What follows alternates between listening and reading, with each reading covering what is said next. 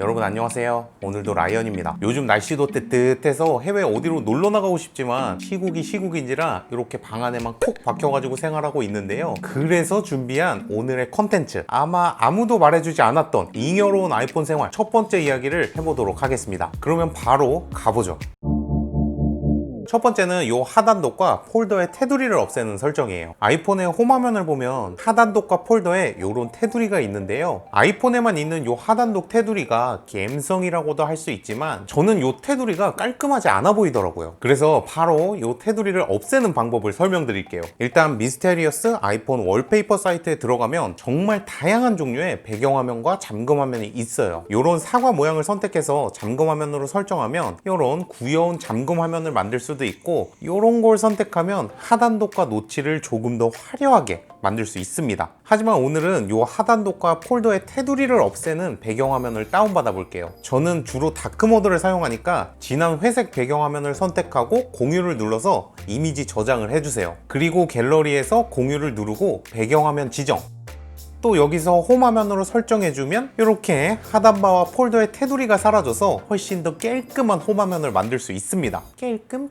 평소 다크모드를 사용한다면 이런 어두운 배경화면도 깔끔하고요, 밝은 파스텔톤의 배경화면도 있기 때문에 요건 취향에 맞춰서 설정하면 좋을 것 같아요. 그리고 여기 있는 폴더명도 없애서 한층 더 깔끔하게 만들 수 있는데, 아까 배경화면을 다운받았던 페이지에서 조금만 밑으로 내리면 이런 대괄호가 있을 거예요. 요걸 꾹 눌러서 복사한 다음에 폴더에서 글자를 지우고 붙여 넣으면 이렇게 이름이 없는 깔끔한 폴더를 만들 수도 있습니다. 아이폰을 오래 사용하면 아이콘이 어디 있는지는 대충 알기 때문에 나는 조금 더 깔끔한 화면을 원한다 한다면 요 설정도 좋을 것 같아요. 깔끔.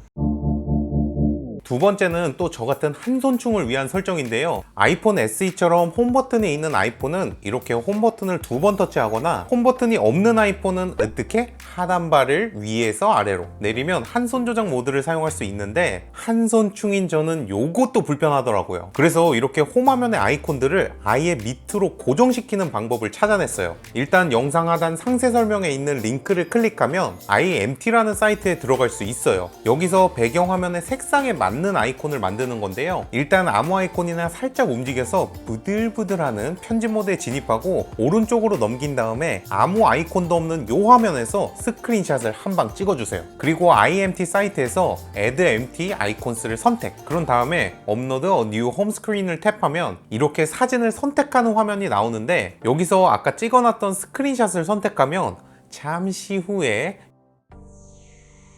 이런 화면이 나오는 걸 볼 수 있어요. 여기서 아이콘들을 어떤 방식으로 배치할지는 본인의 취향에 따라서 배경 아이콘을 생성해주면 되는데, 저는 또 한손충이기 때문에 요 위에 있는 한 줄, 두 줄, 세 줄, 요 세 줄을 없애볼게요. 그래서 첫 번째 아이콘을 선택하고 공유를 눌러서 홈화면에 추가를 선택. 그러면 이렇게 눈에 띄지 않는 아이콘이 하나 만들어진 걸 볼 수 있어요. 이제는 이렇게 하나하나씩 만들어서 옮겨주기만 하면 돼요.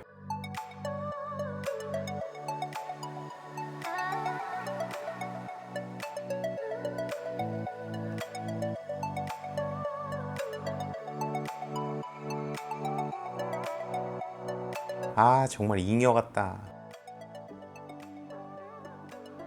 자, 지금 다 옮겼는데 좀 깔쌈하죠? 이제는 정말 엄지손가락 하나로 모든 아이콘에 접근할 수 있게 됐어요. 이렇게 다른 배경화면에서도 가능하고요. 그런데 이게 배경화면을 그대로 본따서 아이콘으로 붙여놓은 거기 때문에 이런 무늬가 있는 배경화면에서는 살짝 이질감이 드는 건 단점이라고 할 수 있습니다.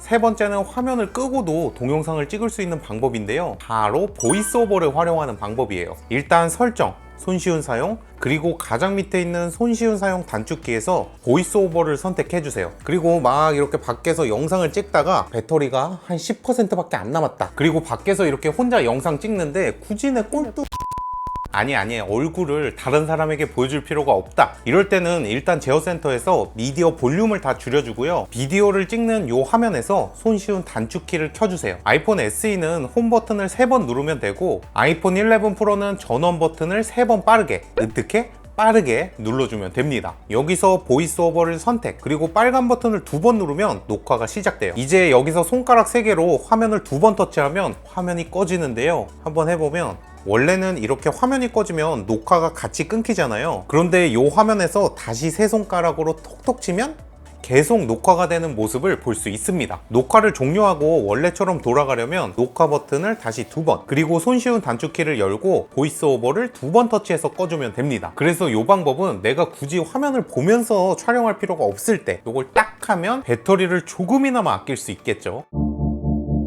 마지막은 배터리 사이클을 간단하게 확인하는 방법인데요. 기존에는 컴퓨터랑 연결해서 프로그램을 꼭 사용해야지만 확인할 수 있었는데 오늘은 정말 간단하게 확인할 수 있는 방법을 알려드릴게요. 일단 설정, 분석 및 향상, 그리고 분석 데이터에 가면 정말 아이폰들이 쌓아놓은 여러 가지 데이터가 있는데요. 여기서 로그 데이터를 찾으면 돼요. A, B, C...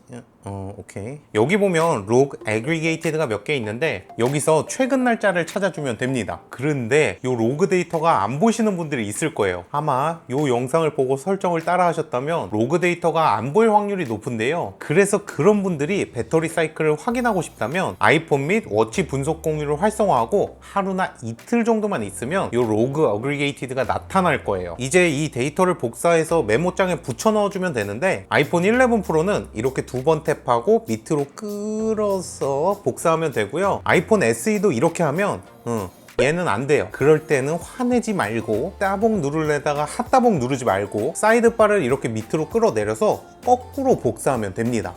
배터리 사이클은 중간쯤에 있기 때문에 꼭 딱 맞춰가지고 끝에까지 복사할 필요는 없고요. 그냥 대충 이렇게 복사해주면 됩니다. 이제 메모장에 붙여 넣고 위에 있는 공유 버튼을 눌러서 메모에서 찾기를 눌러주세요. 그러면 이렇게 검색창이 나오는데 여기에 배터리 사이클 카운트를 넣으면 배터리 사이클 카운트, 그러면 간단하게 배터리 사이클 횟수를 확인할 수 있습니다. 보통 아이폰의 배터리 수명은 약 500회라고 하기 때문에 이 정도 사이클에 근접하다 하면 배터리를 바꿔주는 게 좋고요. 혹은 아이폰 중고 거래할 때 얘가 얼마나 혹사를 당했는지, 얼마나 학대를 당했는지 쉽게 확인할 수도 있겠죠. 자, 이렇게 오늘은 잉여로운 아이폰 생활 첫 번째 이야기를 해봤는데요. 이번 주말을 이용해서 아이폰 한번 새롭게 꾸며보는 건 어떨까요? 뭐 여자친구가 없다면 어차피 집에서 할 거 없잖여. 오늘 영상 도움이 되셨다면 따봉을 꾹 하나 눌러주시고요. 저는 다음 시간에 다시 돌아오도록 하겠습니다. 그럼 안녕. 빠이.